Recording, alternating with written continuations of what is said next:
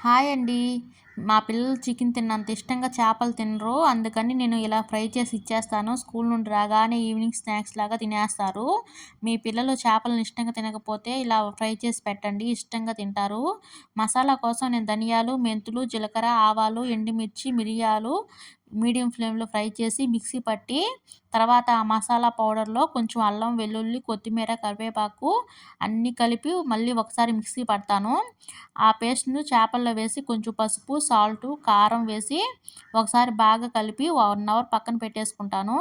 ఇప్పుడు ప్యాన్‌లో ఆయిల్ వేసి చేపలను మంచిగా ఫ్రై చేసి ఇస్తే పిల్లలు ఇష్టంగా తింటారు. మీకు ఈ వీడియో ఎలా అనిపించిందో కామెంట్ చేయండి. ఈ వీడియో నచ్చితే ప్లీజ్ లైక్ చేయండి, షేర్ చేయండి, సబ్స్క్రైబ్ చేసుకొని సపోర్ట్ చేయండి. Thank you.